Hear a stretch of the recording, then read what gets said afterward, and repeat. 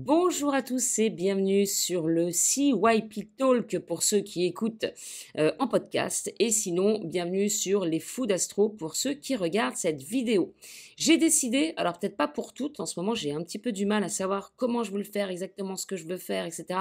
Mais c'est en faisant que les choses, elles se précisent. Savoir si je veux faire que du podcast, de la vidéo podcast, parfois je ferai les deux et je mettrai la vidéo en podcast, etc. etc. Parce que parfois, c'est quand même bien d'avoir un support visuel, surtout quand on regarde des thèmes.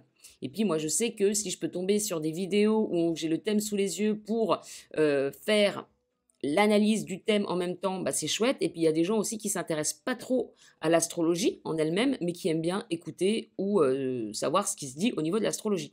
Donc je me dis comme ça, il y en aura pour tous les goûts. Mais alors là, la question que je me pose, c'est est-ce que je l'appelle CYP Talk? Est-ce que je vais parler que d'astrologie? Non, pas forcément. Bon bref, ça se précisera au fur et à mesure du chemin. Je vous refais donc un petit audio ou une vidéo, why that? Parce que, grâce à Lamia, elle a posté une vidéo, donc pour ceux qui veulent la voir, enfin le lien d'une vidéo, sous la première vidéo sur Norman, celle que j'avais faite sur est-ce qu'on pouvait voir en fait en astrologie qu'il allait passer une phase un petit peu merdouillis. Eh bien oui, hein, alors là, j'ai pas le thème uranien sous les yeux, mais on peut le regarder juste après. Mais effectivement, on voyait qu'il y avait un passage. Et d'ailleurs, je me rappelle avoir dit dans le podcast précédent que Saturne arrivait au milieu de son Soleil Lune et qu'un astrologue en carton, alors en carton ou en plastique, peu importe, aurait peut-être dit là, c'est séparation du couple, alors qu'en fait, c'est autre chose qui lui tombe sur la gueule. Mais en fait, je reviens sur mes dires. Vu ce que j'ai entendu dans cette vidéo, ça pourrait quand même être une conséquence, hein, la séparation. Mais on le verra, mystère et boule de gomme.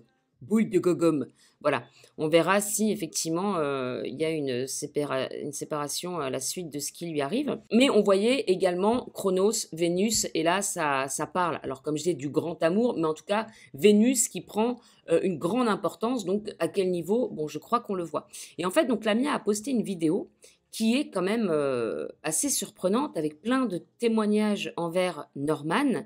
Et elle me demandait, est-ce qu'on peut voir en astrologie une personnalité un peu perverse comme ce que les filles décrivent dans les témoignages. Et bien du coup j'ai regardé son thème, mais cette fois-ci en védique et pas en astrologie uranienne, pour voir si on peut voir des petites défaillances. Alors d'abord j'ai regardé la vidéo pour savoir de quoi on parle.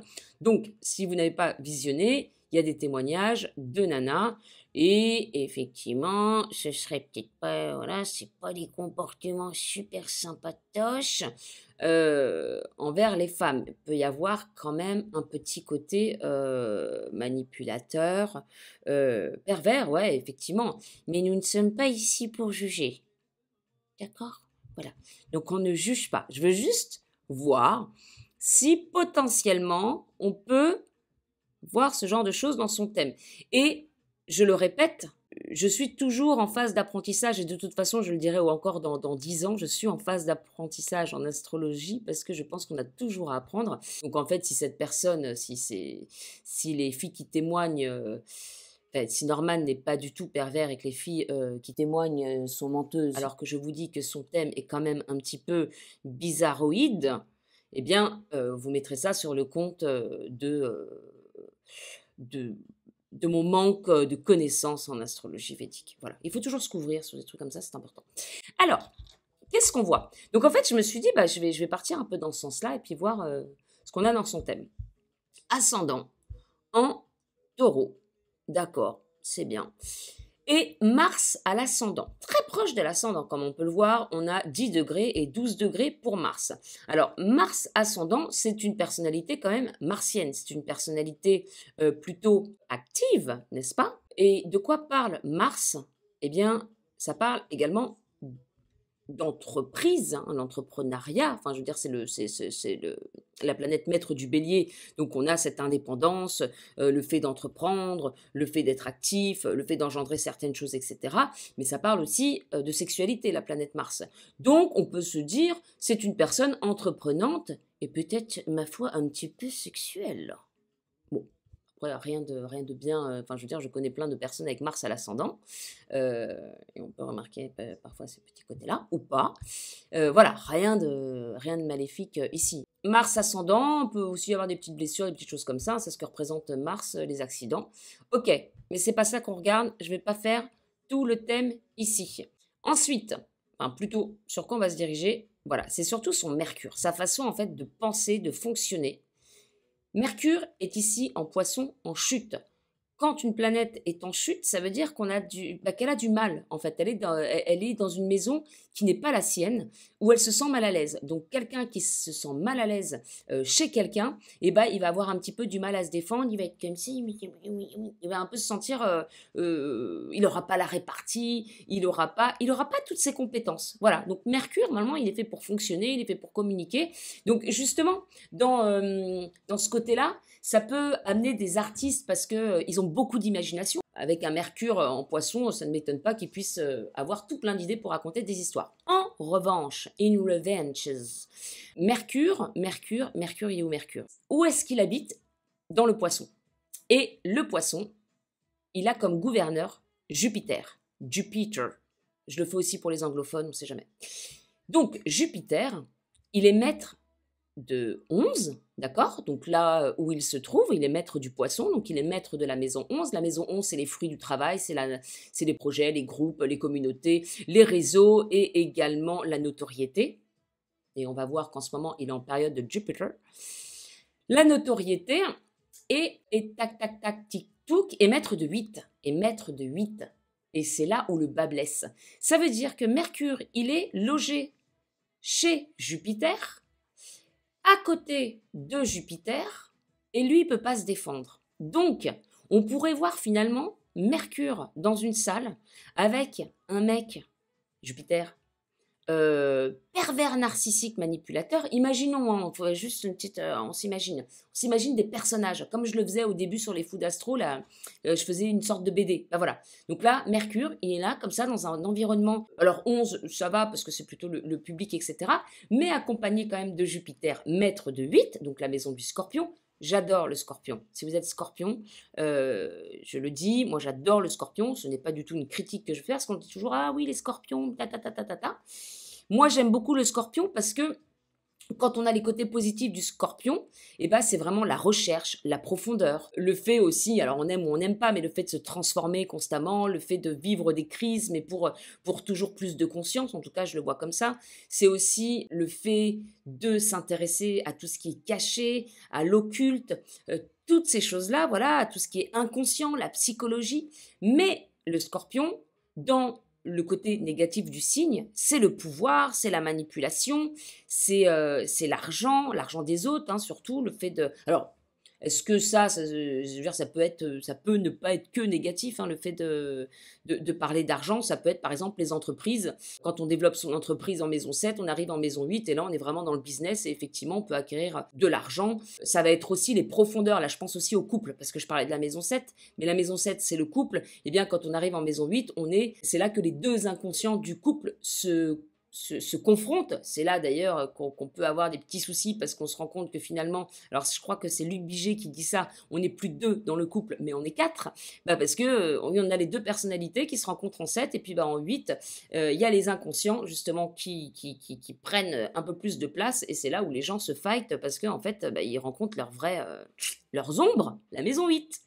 Donc la maison 8, c'est aussi les ombres, c'est les bas instincts, c'est la sexualité. Alors, en astrologie védique, de ce que j'ai ouï dire, après, encore une fois, il faut que je continue, hein, mais mon apprentissage sur enfin, que j'expérimente surtout, parce que les bases, je les connais, après, il faut toujours expérimenter. Mais la maison 12, la maison 8, pardon, ne concernerait pas la sexualité en astrologie védique, mais moi, on n'enlève pas de l'esprit que le Scorpion est un petit peu relié à la sexualité. Mais ce serait la maison 12 où on parle des plaisirs sexuels, des fantasmes, etc. Et le sexe un petit peu chouchouboudou, un peu dérangeant peut-être qu'il serait plus lié à la maison 12. Bon, voilà, ok.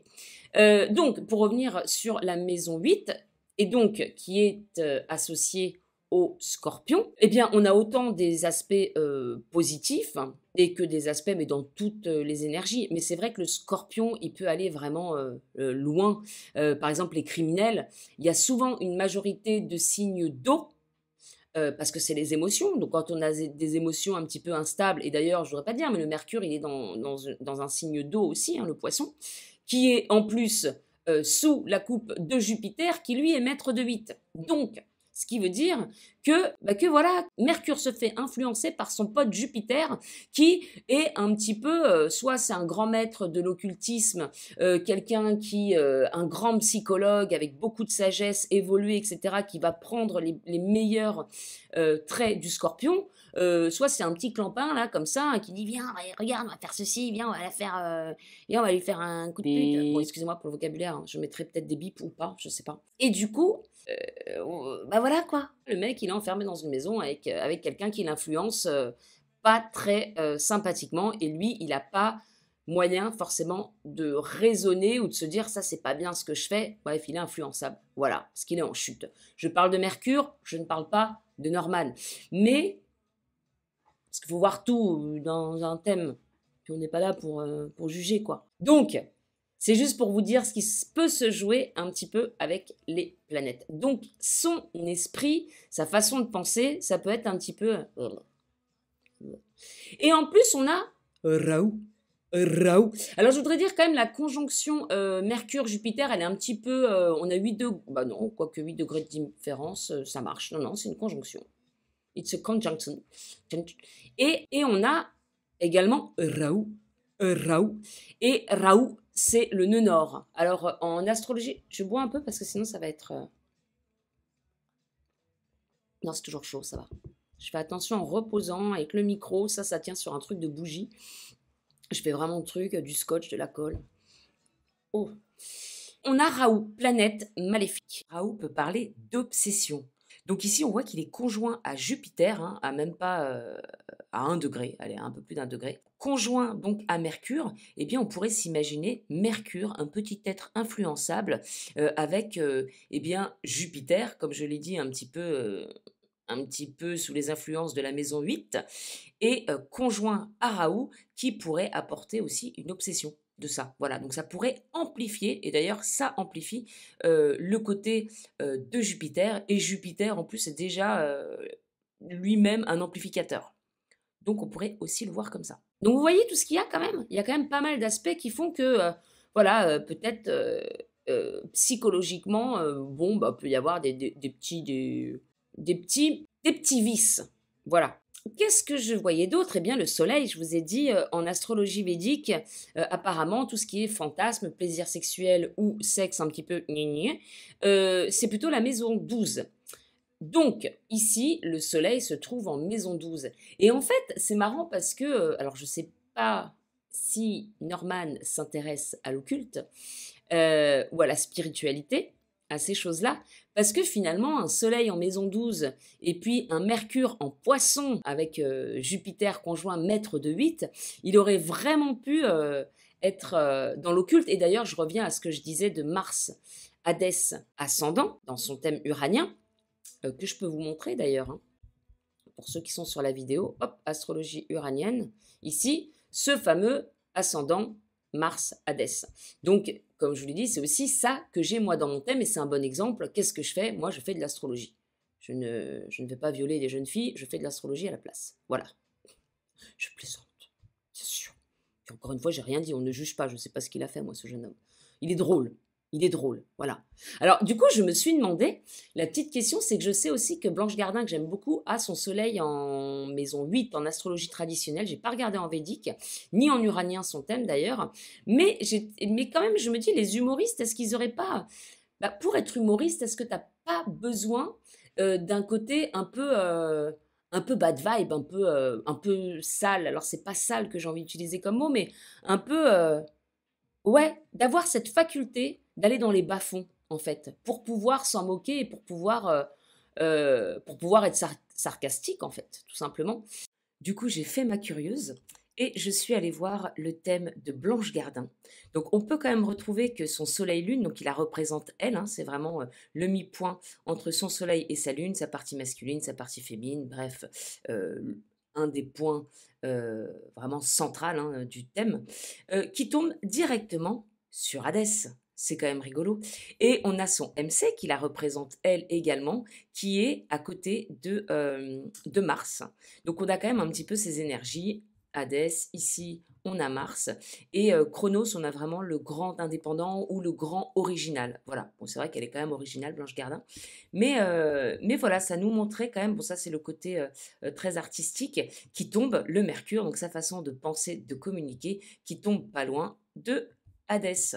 Voilà, donc on retrouve quand même un petit peu ces aspects, en tout cas ces planètes en lien. C'est quand même rigolo, mais comme je vous l'ai dit aussi, ça peut être des actions mauvaises envers les autres. Voilà, ou toi, tu subis des actions mauvaises de la part des autres. Et voilà, et en fait, c'est ce que je disais donc hier dans le podcast, admettre.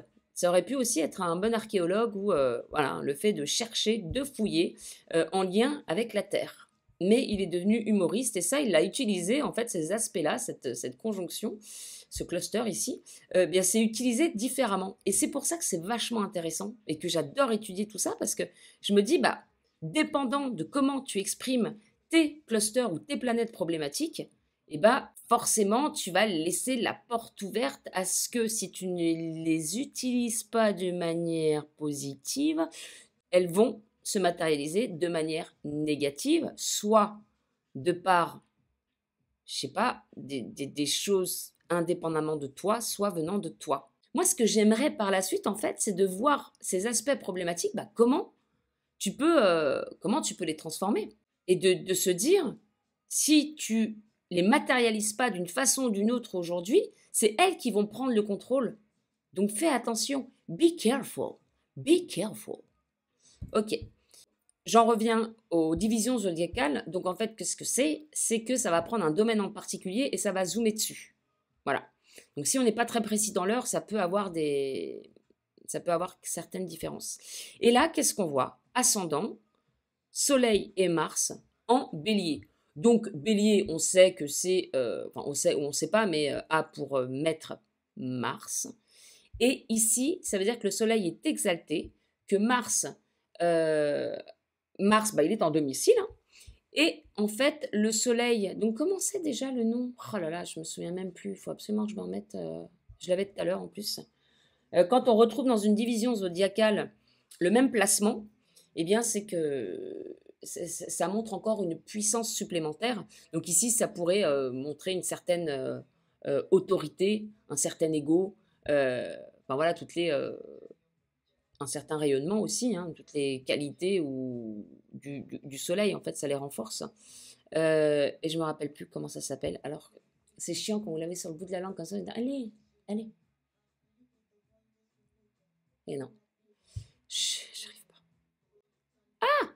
Oh, allez, c'est pas grave. En fait, le D9 nous permet aussi de voir réellement la force des planètes, ou du moins comment elles s'expriment. On voit bien ici que les planètes Mars et Soleil sont vraiment très fortes, hein.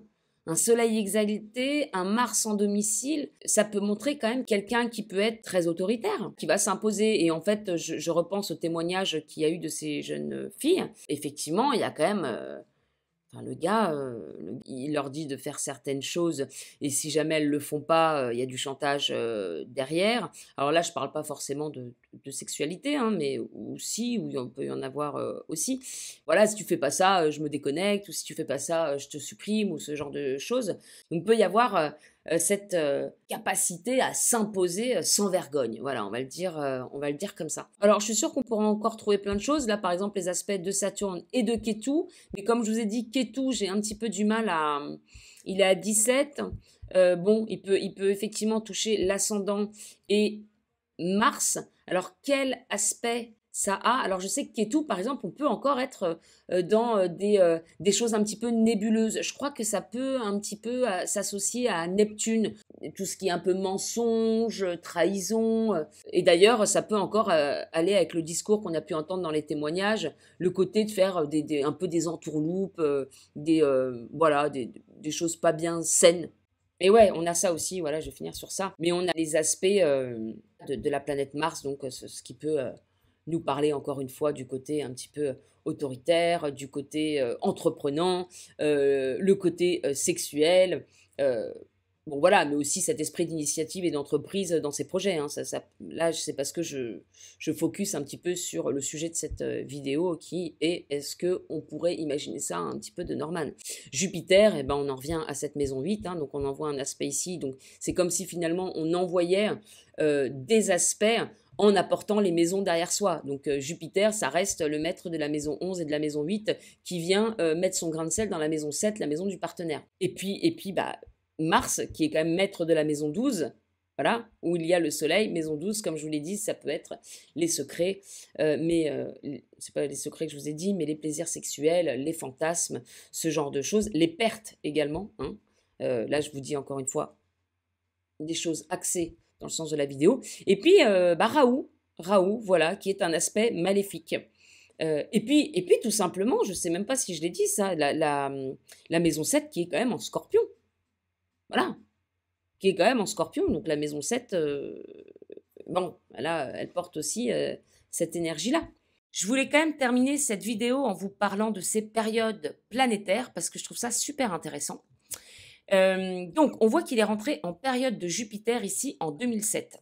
Et alors, pour faire un petit peu le lien avec ce que je disais dans le podcast hier, je voyais que son cluster ascendant Mars-Hadès, en 2009, il traversait quand même une zone un petit peu de turbulence. Donc, c'est là où j'avais dit dans le podcast, bah, peut-être qu'à ce moment-là, il a commencé à faire certaines choses, ou peut-être, voilà, peut-être que c'est la phase où il a commencé à faire ce genre de choses avec les nanas.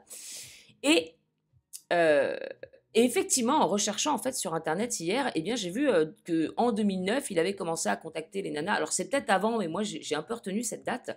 Mais ce qui est intéressant ici, c'est de voir que donc ça commence en 2007 sa période. Donc là, il va activer Jupiter, donc il va activer sa maison 11, il va activer sa maison 8. Bon, ok. Et à partir de 2000, alors je redescends parce que là j'ai mis en 3 zones, là, hop. Eh bien, c'est qu'à partir justement de 2009, il va également activer son Saturne. Donc Saturne, ça va activer quoi? Ça va activer sa carrière, sa maison 10, puisqu'il est maître du Verseau. Ça va activer sa maison 9, puisqu'il est maître du Capricorne. Mais également, eh bien, la maison 7, la maison du partenaire. Donc là, on peut se dire qu'il y a un mix entre la maison 8, hein, puisqu'elle est maîtrisée par Jupiter, ainsi que la maison 11, bien entendu. Les réseaux, hein, d'ailleurs, ça représente les réseaux, les groupes, etc. Alors, je vous invite à regarder cette vidéo dont je vous parle, parce qu'effectivement, c'est via les réseaux qu'il contacte pas mal de jeunes filles avec qui, bon voilà, il communique. Vous verrez la vidéo si vous voulez en savoir plus. Mais donc, effectivement, on a le domaine 8, ce domaine-là qui intervient, et le domaine du partenaire, des relations, etc. Donc c'est assez intéressant de voir ça. Et puis bah, si on va à la période actuelle, hein, là où il a des problèmes, on est toujours en période de Jupiter. Et quand on arrive généralement à la fin d'une période, alors c'est ce que j'ai compris, c'est ce que je constate également, après à confirmer, mais en tout cas quand on arrive à la fin d'une période, eh bien c'est toujours un petit peu compliqué. Voilà. Et j'ai l'impression que c'est ici que se manifestent un peu les complications qu'on peut avoir par rapport aux planètes et aux maisons qui s'activent. Bon, ce n'est que ma déduction, après, encore une fois, à confirmer, of course. Donc, ici, on est où? On est en 22 et ça a commencé, de ce que je comprends, en novembre, hein, ces problèmes. Donc, on est bien dans cette période de Jupiter, Raoult et Vénus. Vénus, alors ça c'est on est en grande période, sous période, interpériode, mais c'est vachement, ça nous donne vraiment des précisions de voir l'interpériode. Donc là c'est Vénus. Donc qu'est-ce que maîtrise Vénus? La maison 1, la maison 6. La maison 6, c'est tout ce qui est procès, ennemi, euh, tout ce qui est problématique. La maison 1, ça concerne le soi, ça concerne la vocation. Et où est-ce que se trouve Vénus? Dans la maison 10. Donc ça, c'est vachement intéressant de voir un petit peu les liens. qui sont eh bien, en lien avec la maison 8, puisque c'est la grande période, donc Jupiter, ainsi que la notoriété, les groupes, les communautés, les réseaux, etc. Et qu'est-ce qu'on a d'autre? Raoult, Raoult qui se trouve aussi ici, et Raoult qui est quand même une planète maléfique, donc qui peut potentiellement déclencher eh bien, les aspects négatifs de ces périodes activées. Donc c'est quand même assez rigolo, entre guillemets, de voir que ça démarre effectivement en 2007-2009 par là, et eh bien, la boucle est bouclée, ça se termine avec ça. Et puis, Vénus, le significateur général, c'est quand même les femmes, voilà, tout ce qui tout ce qui a un lien avec le féminin, les relations amoureuses, les relations de manière générale, et en plus qui est en Verseau et qui nous renvoie à Saturne, Saturne qui se trouve dans la maison. Et oui, c'est ça qu'on peut se dire aussi. C'est que finalement, ce qu'il a commencé, s'il a fait toutes ces choses, eh bien c'est sûrement en période de Saturne qu'il a commencé en 2009. Et là, c'est comme si finalement ça réactivait, ça faisait « Hé, coucou, toi, tu nous as pas oublié ?» Bon, voilà pour enfin pour les périodes en fait planétaires que Norman est en train de vivre. Bravo Norman, tu nous as fait un bon... Incroyable l'astrologie quand même, c'est incroyable. Amis, bon, bah écoutez, on n'est pas ici, alors je suis pas du tout en train de dire... Bon, ce qui est intéressant, c'est de regarder les thèmes, mais après, effectivement, c'est peut-être pas... Voilà, quoi, c'est quand même intéressant. Mais on ne jugera pas, on ne sait pas ce qui s'est passé, d'accord? Est-ce que c'est un potentiel? Le thème dit que oui. Est-ce que ça s'est réellement passé? Je vous fais des très gros bisous et je vous dis à très bientôt. Au revoir.